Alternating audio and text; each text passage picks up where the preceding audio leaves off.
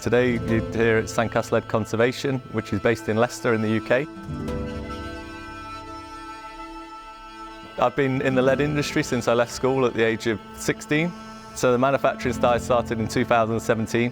I actually started the manufacturing myself, getting the equipment set up and actually teaching the guys. For the whole process of lead manufacturing, of Sandcastle Lead, we start with the raw material, which comes to us in a scrap form.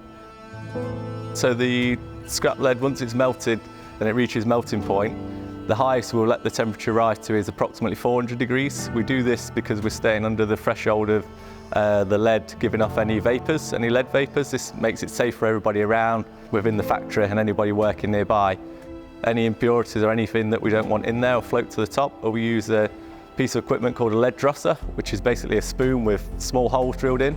We use this, we lift out the waste products, the lead will drain through and we dispose of the waste products.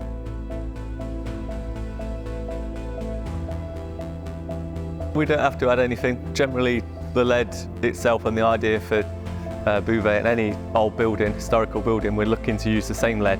We tend to test it. We can have this test in the laboratory, which will tell us the purity of the lead. As long as it's not way out of what we expect, it will definitely be used. So we know it's a good material. We know it's going to be fine to go back, and we expect it to then go and last another 100 years. Sand must be turned and rotivated. This is done by hand to guarantee that we get plenty of air circulation and the water that's added is mixed in well with the sand. Once this has been mixed, we then use the same timber strickle.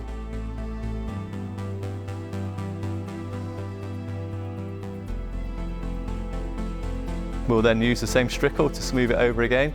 This is probably 2 or 3 passes to get the desired finish, and then we move on to the next stage, which is a copper plane.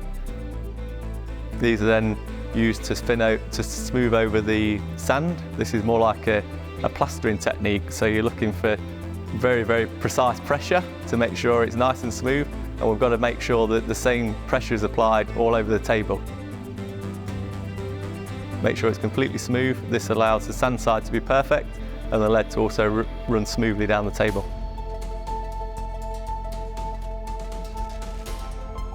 Once the lead is poured and we have a complete table, a complete flat sheet, the table size is approximately 6.8 metres by 1.3 metres. We have a machine, a slitter. This is used to slice the sheet up to desired sizes. The waste at the side we call a swill, which is just what we get from the lead whooshing back. Once we've cut the sheets and they're rolled up, we remove them from the table. They're moved over to the scales. We then weigh them. And we repeat this process every time, so it's very important that every sheet is weighed at the point of completion to know where we go for our next production.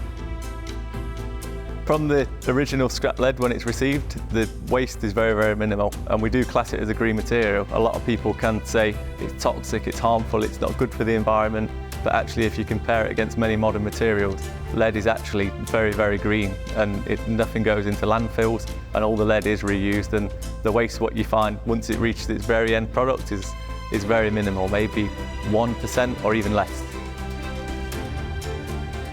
So we want to replicate what was used many years ago. So if the lead was recycled on site 120 years ago, it would have been done in this method and this process. So we try to replicate that.